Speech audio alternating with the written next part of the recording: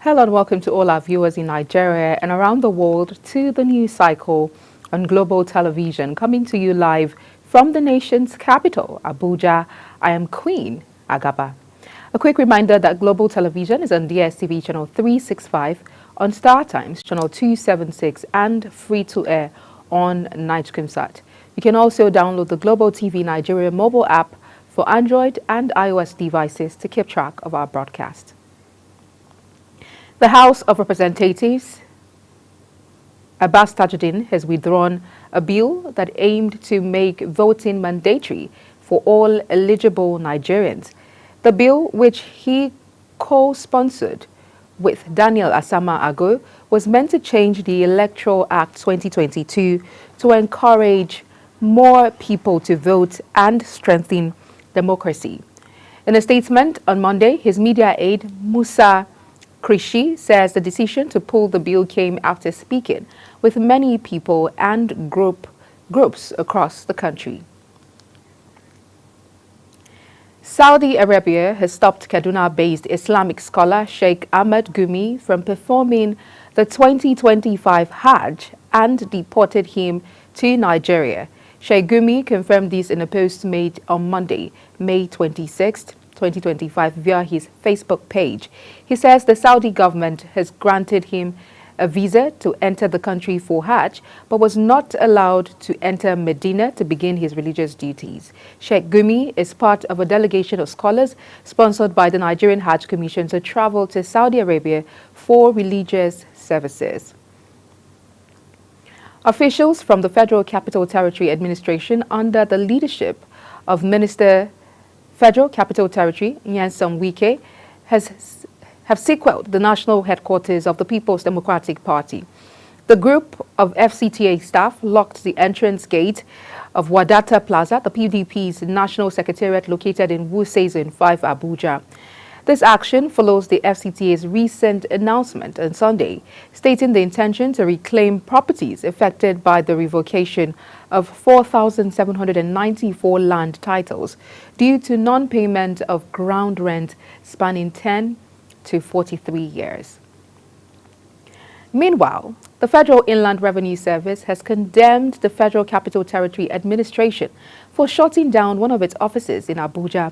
The agency described the action as malicious and unprofessional. In a statement released via X, Aderonke Atoyebi, technical assistant on broadcast media to the FIRSC executive chairman, accused the FCTA of unfairly targeting the agency.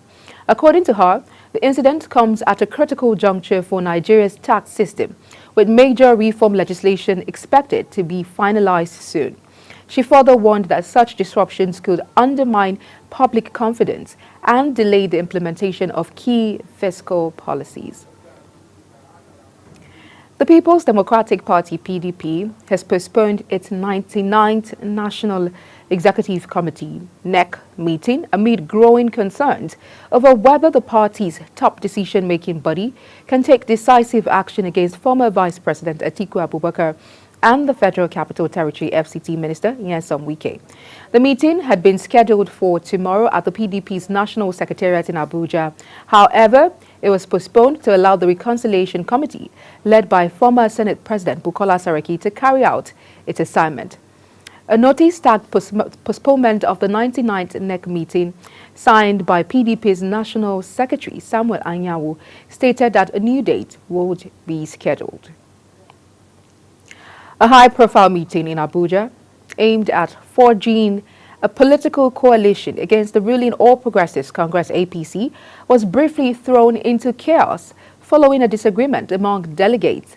The meeting drew several prominent opposition figures, including former Vice President Atiku Abubakar, Peter Obi, Labour Party presidential candidate, Rotimi Amechi, former Minister of Transportation, and Babache Lawal, ex-secretary to the government of the Federation. The disruption occurred after Lawal nominated a delegate to speak on behalf of Jigawa State, and it sparked a protest from other delegates from the state who stormed to the stage to block the nominee from speaking, insisting on selecting their own representative. Meanwhile, a factional Social Democratic Party, SDP, led by Wale Adesina, has issued a stern warning against what it called two disturbing developments threatening the integrity and unity of the party. The faction's National Public Secretary, Alpha Mohammed, in a statement, condemned the influx of aggrieved politicians, forming a coalition aimed at sacking President Bola Tinubu without presenting any clear-cut alternative vision for Nigeria's transformation. While distancing itself from any coalition allegedly seeking to derail the administration and undermine the mandate of Nigerian voters from the 2023 general elections, the faction pledged to maintain constructive engagement with the federal government, holding it accountable. The leader of the Senate, Senator Opeyemi Bamidele, has rejected claims by opposition parties that the National Assembly under President Bola Tinubu's administration is merely a rubber stamp institution. In a statement released by the Directorate of Media and Public Affairs, Office of the Senate leader, Bamidele, pointed out that the National Assembly, since its inauguration on June 13, 2023, has prioritized strategic engagement and constructive dialogue in addressing complex national issues. Bamidele, who presents Ekiti Central Senatorial District, says such accusations do not reflect the reality of legislative-executive relations, particularly referencing the extensive process involved in the passage of the 2024 tax reform bills. The House of Representatives is struggling to find its footing with another batch of bills to amend Nigeria's constitution. In the last 2 weeks, the amendment process unraveled into a tangle of procedural missteps, chaos and legislative confusion, further revealing a chamber seemingly at odds with its own rulebook.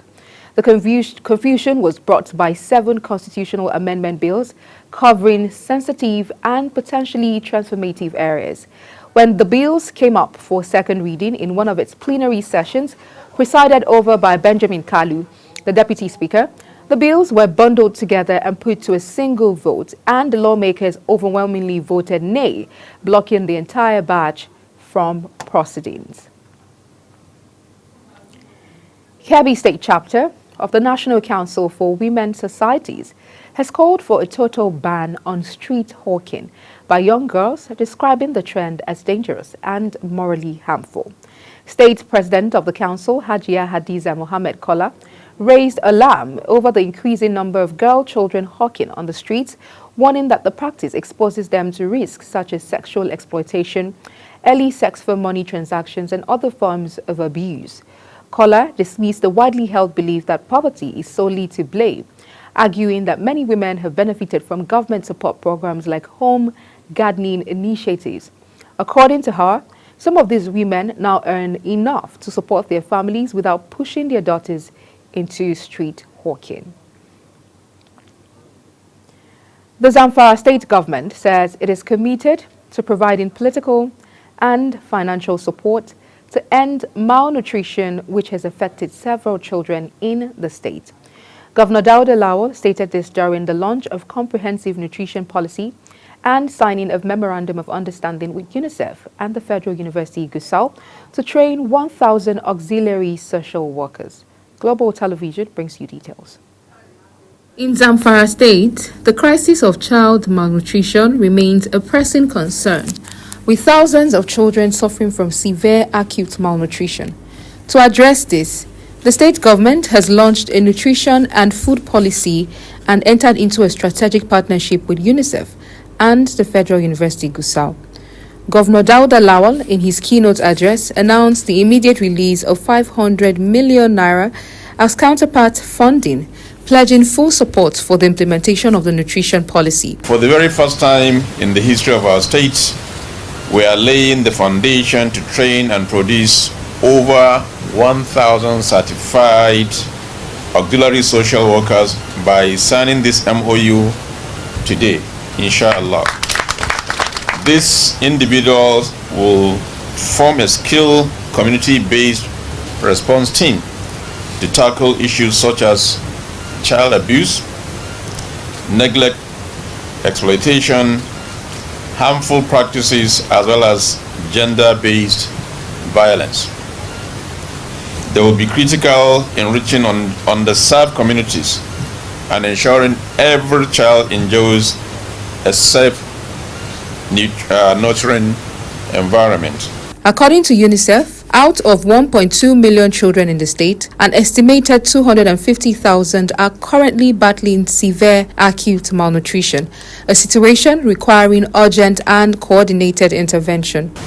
In addition to the policy, we're going to be entering today a state-of-art warehouse in Nigeria, owned and managed by the government to store nutrition commodities. The warehouse was rehabilitated with the generous support from the United States government and the government of the UK. Why is this warehouse important? In 2025, 250,000 children under the age of 5 in Zamfara state will be wasted. They're estimated to suffer from wasting. This means that we need ready-to-use therapeutic commodities to treat these children and prevent them from dying. The signing of the Memorandum of Understanding marked a pivotal moment in the state's fight against malnutrition. Representing UNICEF at the event, the Chief of Field Office in Sokoto, Michael Juma, reaffirmed the organization's commitment to supporting Zamfara in scaling up nutrition interventions. I wish to stress that the university is always ever ready to partner with government and other partners to achieve its core mandate. And the core mandate of university is teaching, research, and community service. The high point of the event was the commissioning of the Nutrition Supplies and Commodity Warehouse. The governor, however, issued a stern warning against the misuse of food and nutrition supplies, calling on traditional rulers to collaborate with newly trained auxiliary workers to ensure proper policy implementation. For Global Television, Queen Agaba reporting. The Senior Staff Association of Nigerian Universities, SANU, University of Ilorin branch, has rejected the sharing formula for the 50 billion naira end allowance released by the federal government for unions in public universities in the country. The union stated that it received the news of the outcome of the 50 billion naira end allowance sharing committee with disbelief and disappointment, saying Nigerians and the public must understand the injustice being meted on the non-teaching staff in the Nigerian public universities. It warned that the university is a system where no group can claim a monopoly of superiority over the others in terms of productivity, performance, and impact on the whole of the system. You're watching the live broadcast of the News Cycle. When News Cycle returns, management of Niger Delta Power Holding Company decries 600 billion naira electricity debt, stranded 2,000 megawatt. Details coming shortly after the break. Please stay with us.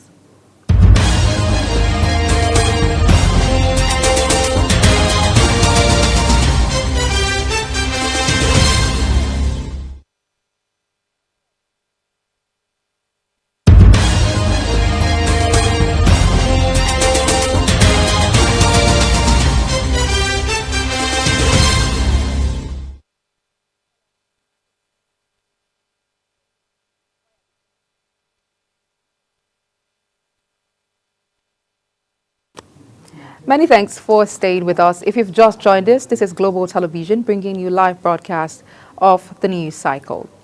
In business, food market delivered a mixed performance in May 2025, with some staple food items witnessing notable price drops, while others surged on the back of seasonal and structural supply constraints. Amid economic uncertainties, a 50 kg bag of local parboiled rice recorded a sharp decline of 12.96%, now selling for an average of 53,570 naira compared to 61,550 naira in April. Similarly, the price of a 5 kg pack of semolina dropped modestly. Also did a kilogram of horse mackerel, offering slight relief to households battling shrinking purchasing power. The management of Niger Delta Power Holding Company says the Nigeria Bulk Electricity Trading PLC and other bilateral entities are owing close to 600 billion naira, a development he says has been hindering the company's operations. The managing director of the company, Jennifer Adigije, in a statement by her technical advisor on media, Adesonya Adejoku, noted that gas supply challenges, transmission constraints, as well as close to 600 billion debt being owed the company by Nigeria Bulk Electricity Trading and other bilateral entities are hindering the company's operations. The company decried what it called the dismal uptake of electricity from the electricity market, saying that it is significantly weighing down its operations.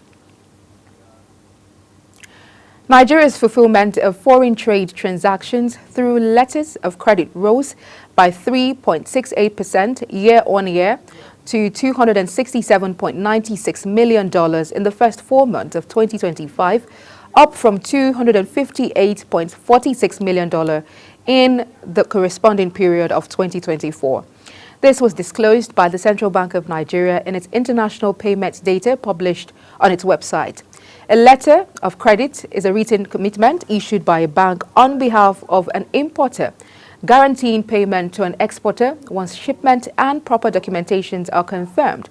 It is commonly used in the importation of visible goods.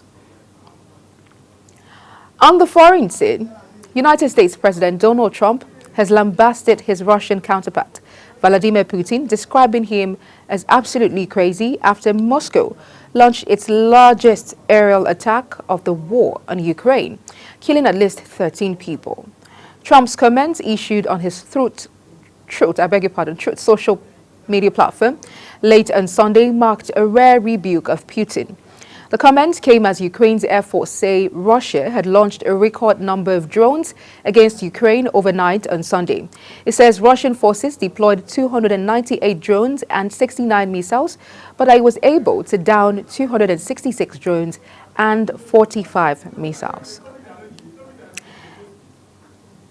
Two major hospital directors in Gaza say at least 54 Palestinians have been killed in two separate Israeli airstrikes on Monday, including a strike on a school sheltering displaced families in central Gaza. Fahmy Al-Jagawi School in Gaza City had been housing hundreds of displaced people from the town of Beit Lahir, currently under intense Israeli military assault. A spokesperson for Gaza's Hamas-run civil defense said 20 bodies, including those of children, were recovered, as many were severely burnt after fires engulfed two classrooms turned into living quarters. In sports, 10 home-based Super Eagles players and their officials have arrived in London for the Unity Cup Invitational Tournament. The Super Eagles will face perennial rivals Black Stars of Ghana in their first game at the G-Tech Community Stadium, Brentford, on Wednesday. The players include Captain Ahmed Musa, Ifeanyi Onyebuchi, Papa Daniel, Nduka Jr., Sadiq Ismaila, and Waliu Ojetoye are the local base players invited by head coach Eric Schelle. Nigerian hurdler and world record holder Tobi Amusa stormed to victory in the women's 100 meters hurdles at the Diamond League meet in Rabat, Morocco, clocking an impressive 12.45 seconds. The 28-year-old hurdler delivered a season's best of 12.24 seconds, shattering the previous meet record of 12.51 seconds set by American Brianna McNeil in 2018. The result marked Amusa's first major victory of the 2025 season and reaffirmed her status as a leading contender ahead of the World Championships in Tokyo. Liverpool forward Mohamed Salah has confirmed he had serious talks about moving to the Saudi Pro League. The negotiations over a new deal between Salah and the Reds were very long as he entered the final months of the existing one. The Egyptian claimed he was more out than in when he spoke about his future at Anfield in November. That's it on Global TV's news cycle. A quick reminder that Global Television is on DSTV channel 365, on Star Times channel 276, and free to air on NigeComSat. Kindly follow us across all social media platforms using @Global TV NG and other handles now showing on your screen.